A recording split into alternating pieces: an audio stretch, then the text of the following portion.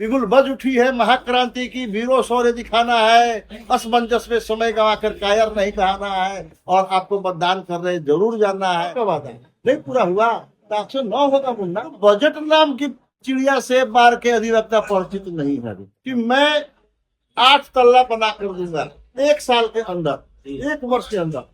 मेरे पास रखा हुआ तो कभी कभी दिखा देंगे। उनका चरित्र अगर ऐसा है तो हम भोजपुरी टर्म में कह सकते हैं कि हाय रे दादा कैसन अध्यक्ष के चरित्र। क्या वे लोग उसके हमदार नहीं थे?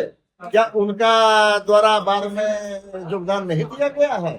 मैं अब पूछना चाहता हूँ कि बाकी अन्य लोगों को किस कारण से आपने अनदेखी किया? झूठ बोलना तो आसान है, लेकिन उसको साबित करना बहुत मुश्किल है। जय हिंद दोस्तों, आप सभी का बहुत बहुत स्वागत है मेरे इस चैनल में जिसका नाम है राइट टू स्पीक। आज मैं आपको मिलाने जा रहा हूं हमारे धनबाद बार एसोसिएशन में हो रहे इलेक्शन में खड़े हैं प्रेसिडेंट के पद पे HN सिंह सर। सर बहुत बहुत स्वागत है सर आपका। भी स्वागत है सर। सबसे पहले तो ये बताइए सर, कैसा फील कर रहे हैं अभी आप? सर। मैं बहुत अधिक उत्साह में हूँ। धनबाद बार में इलेक्शन हुआ है 2 बार से। इस पद पर मैं प्रत्याशी हूँ, उम्मीदवार हूँ। उसी पद पर 2 बार से लोग जमे हुए हैं, और उनके कार्यकाल को देखा जा रहा है तो लोगों में घोर निराशा ही फैली है, और उस निराशा से प्रकाश की ओर ले जाने के लिए आशा का किरण जगी है। और इसलिए मैं लोगों की मायूसी को देखते हुए अधिवक्ताओं के विशेष आग्रह पर उनके द्वारा हमें सहयोग करने का आश्वासन मिलने पर मैं चुनाव के मैदान में आने के लिए तैयार हूँ। नई कमेटी में अगर आप आते हैं तो सर क्या क्या सोचे हैं करने के लिए? सोचने के लिए तो मेरे दिलो दिमाग में बहुत सी पॉइंट्स नजर आ रहा है, जिसको मैं एक जगह एकत्रित कर बहुत जल्द ही आप एवं अन्य अधिवक्ताओं के बीच लाऊंगा। सभी उसे पढ़े, समझे, विचार करें, और यदि मुझे श्रेष्ठ समझते हैं तो मुझे भी चयन करें और मुझे अध्यक्ष बनने का एक अवसर 24 महीना के लिए प्रदान करें।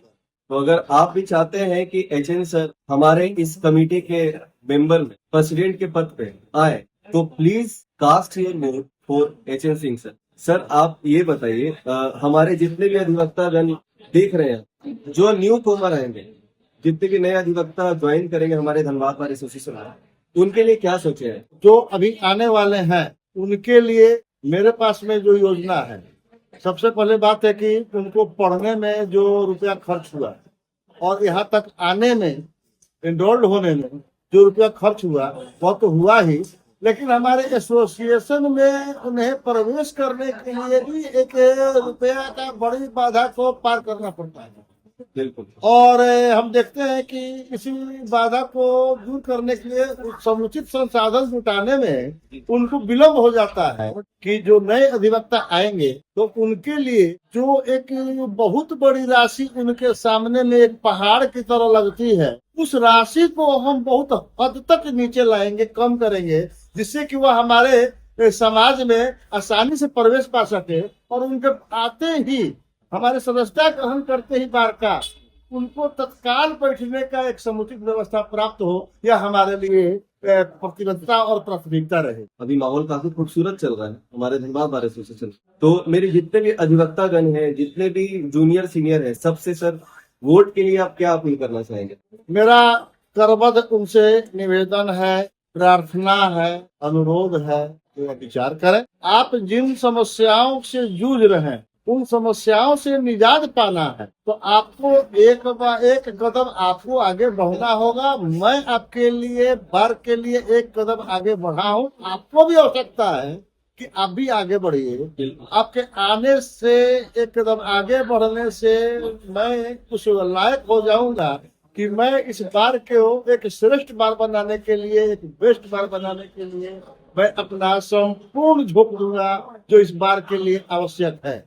आपने बार में देखा होगा कि बार में एक बैनर लगा हुआ है जो कुछ अधिवक्ता लोग का इसमें प्रश्न है, और वह बैनर भी अधिवक्ता लोग मेरे समर्थन में अपने खर्च से लगाए हैं। उस बार में क्या क्या दिख रहा है भोजपुरी टर्म में काबा शीर्षक से भी आपको बैनर देखने को मिलेगा कि बार में तानाशाही बा, भ्रष्टाचार बा, बेईमानी बा इत्यादि असमानता है। इन तमाम बिंदुओं पर बहुत गहराई से लोगों ने विचार किया और विचार करके उसको रखा। वो हमारा विचार नहीं है, वो बैनर अपने आप में ही कह रहा है। ये पूछते हैं अधिवक्ता गण, तो किससे पूछते हैं? जो बार में 4 वर्षों से जमे हुए हैं। आपने देखा कि ये उनका घोषणा पत्र या उनका द्वारा जो भी दिया गया है कि मैं क्या किया हूँ और क्या करूंगा, वह 2021 में पहली बार अध्यक्ष के पद पर इलेक्ट होकर आए। तो 21-23 के कार्यकाल को समाप्त किए। उस कार्यकाल में जो काम वो किए, उसी काम को आप उनके 21-23 के बाद जो 23-25 के लिए जब हुआ है और 23-25 में उस बात को लाए कि हम क्या किए थे और क्या करना है। तो जो किए थे उसी चीज को पुनरावृत्ति 25-27 के कार्यकाल के लिए दिखाया जाए। जैसे कि उनका कहना है कि मैं 10,000 से मिडिल लेन को 20,000 किया। ये आप कब किए? 21-23 के कार्यकाल में किए और 23-25 में इस बात को दिखलाए। लेकिन जब 23-25 में जब आपको दिखलाए कि हम ये किए हैं, तो आपको 25-27 में भी दिखलाना है। आप उसमें 1 रुपया कभी वृद्धि नहीं किए। जो जैसे था 21-23 में जो किए थे, जो दिखलाया 23-25 के लिए, उसी चीज को आप जो है कि रिपीट किया है 25-27 के लिए। यानी कि उनके पास में दूरदृष्टि नहीं है और कुछ किए रहते तो आप उल्लेख भी करते। जैसे देखिए, अभी हम लोग जिस परिसर में बैठे हुए हैं, इसे मुख्य न्यायिक दंडाधिकारी के न्यायालय का परिसर कहा जाता है और अभी हम लोग इनके बरामदा में बैठे हुए हैं। यह न्यायालय के न्यायाधीशों की उनको धन्यवाद देते हैं कि ये बहुत बरस से हम लोगों को यहाँ पर बैठकर वकालत करने का अवसर दिया। क्या हम तुझसे पूछते हैं कि आप चारों तरफ देख लीजिए, जो स्थिति है कि किसी का टेबल टूटा हुआ है, किसी का कुर्सी टूटा हुआ है और प्लास्टिक जैसे कुर्सियों पर प्लास्टिक मुक्त किए हैं। तो भाई साहब, ये प्लास्टिक मुक्त किए हैं, ये कुर्सी टेबल तो दिख रहा है आपको सामने में, आप जिस कुर्सी पर बैठे वो प्लास्टिक का है। ये हमारा पास अवसर नहीं मिला है कि हम आपको अच्छा कुर्सी पर बैठा सकें। तो वो चाहते तो देखिए, ये जो सीजन कैंपस में जो बरामदा है, आगे और पीछे दोनों से वकील बैठते हैं, इनके लिए एक भी कार्य आपका 21 से लेकर के अभी तक अगर आप किए हैं तो दिखला सकते हैं। आप घूर कर देख सकते हैं, आपको एक भी काम नहीं किया हुआ मिलेगा। इस बरामदा की मैं बात कर रहा हूँ। ये जो आप शेड देख रहे हो, तो यह शेड में कुछ जगहों पर न्यू शेड लगा जरूर है और कुछ जगहों पर पूर्व से भी शेड था। तो उसको आप जो है कि वहाँ का पुराना माल को हटाकर गलाकर लोहा और अपने ही लोगों से उसको गलवा कर लोहा जो है कि और फिर से उसी को लगा देते हैं। देखिए उसकी स्थिति क्या है। देखिए वो जो शेड देख रहे हैं, वो किसी बार के द्वारा बनाया हुआ नहीं है, निश्चित द्वारा बनाया गया है। और इधर भी आपको मिलेगा जहाँ पर जो हमारे जो 583 है, तब जो शेड किएगा वो उनके द्वारा खुद का बनाया हुआ है, यानी कि बार के द्वारा नहीं बनाया हुआ है। आप जो पंखा देख रहे हैं, जो आपका बरामदा से जो बाहर दिख रहा है, ये बिजली जो दिख रहा है, तो देखिए जो मीटर लगा हुआ है ना, वो बार का मीटर नहीं है, वो वहीं पर बैठते हैं ललन किशोर प्रसाद अधिवक्ता, उनके द्वारा लगाया गया। कुछ लोगों से धन भी संग्रह किया गया और अधिवक्ताओं से इस क्रम में झंझट भी हुआ, हाथापाई तक का नौबत लगा। मेरे टेबल पर बार के लोग आकर के उस झंझट को समाधान किए। मुझे समय में जो भी फर्क हुआ वो मेरा अपना फर्क है झंझट समाप्त कराने में। अब बगल में मेरे टेबल के ठीक आगे में एक प्रेमचंद पासवान जी साहब बैठते हैं। अगर बार का कहना है कि हमने सीजीएम में बिजली दिया है, तो साहब सीजीएम में जो बरामदा में बैठे है ना, इसमें सीजीएम साहब के द्वारा नहीं हुआ, आपका बार के द्वारा नहीं है, ये कोर्ट के द्वारा व्यवस्था है। लेकिन जो आप शेड में जो देख रहे हैं, तो वो तो आपको मैंने बताया, वहीं पर जो प्रेमचंद साहब है, बार अगर बिजली देगी तो सबको एक रुकता रहेगा, लेकिन उनके पास बिजली नहीं। तो प्रश्न उठता है कि बाहर जब दिया तो उनको क्यों वंचित किया, क्या समझकर वंचित किया, या फिर बाहर के लोग जो कह रहे हैं कि हमने बिजली दिया, तो ये फिर वो तो सरासर झूठ बोलते हैं। और अब दिए हैं साहब, तो आपके पास तो पेपर क्यों होगा, बिल भी देते होंगे, अब क्यों नहीं दिखलाए, आपने जीबी में क्यों नहीं दिखलाया कि हमने ये किया और यार हमारे प्रमाण है, आप कहीं भी दिखला दीजिए कि हमने दिया है। तो सर झूठ बोलना तो आसान है, लेकिन उसको साबित करना बहुत मुश्किल है। तो मैं बतला रहा हूँ कि ये जो असुविधाएं आप देख रहे हैं नया वर्ष में जो 23-25 में जिसका है इस परिसर में एक भी काम नहीं। आप 28 कोर्ट जाइएगा, 28 कोर्ट में आप देखिएगा कि वह कोर्ट का परिसर है, लेकिन वहां के अधिवक्ताओं में से आधे अधिवक्ताओं को तो वहां पर से न्यायालय के जज साहब हटवा दिए। पता नहीं बेचारे किसको कहाँ जगह मिला नहीं मिला, लेकिन जो बैठ रहे हैं अभी भी उनके ऊपर हटने का, विस्थापन होने का तलवार लटका हुआ है। ये जो वर्तमान के अध्यक्ष सेक्रेटरी हैं, अगर ये आ जाते हैं तो निश्चय ही उनको 3 महीने के पहले ही उनको हट जाए। ये वादा है कि सब चुनाव तक हमसे मौका दीजिए, तो वहां पर आप कुछ नहीं दिए तो कम से कम वहां पर टेबल कुर्सी तो दे सकते थे। आपने बार में न्यू बिल्डिंग में कुछ लोगों को टेबल कुर्सी अलॉट किया। तो मैं अब पूछना चाहता हूं कि बाकी अन्य लोगों को किस कारण से आपने अनदेखी किया, क्या वे लोग उसके हकदार नहीं थे, क्या उनका द्वारा बार में योगदान नहीं दिया गया है।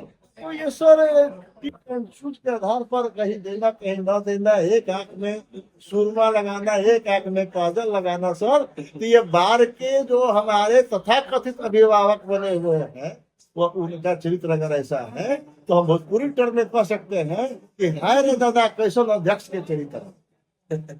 तो ये बात है, हम चूंकि अध्यक्ष की बात कर रहे हैं, अध्यक्ष पद पर है, तो आपने देखा कि बाहर में रिमूव डिक्टेटर्स ऑफ सीरिया लिखा हुआ है।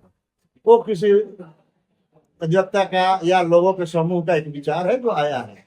ऐसा क्यों हुआ? तो बाहर में आपने सुना होगा कि अभी हमारे लोग बीच में बहुत सारे त्याग पत्र देते थे, फिर मिल जाते थे, और बार में एक रुकता नहीं रहा, लोगों का सुना नहीं गया। वे लोग कहते हैं कि हमारा नहीं सुना गया, अध्यक्ष कहते हैं कि हमारा नहीं सुना गया। आप जीबी में सुने होंगे कि कुछ पदाधिकारी जो वाइस प्रेसिडेंट के पदाधिकारी है उन्होंने कहा कि हम लोग को नियुक्ति नहीं मिला है। तो आखिर ऐसा क्यों हुआ? आप क्यों नहीं सबको लेकर सुने, क्यों नहीं सबको लेकर चले, क्यों नहीं हुआ?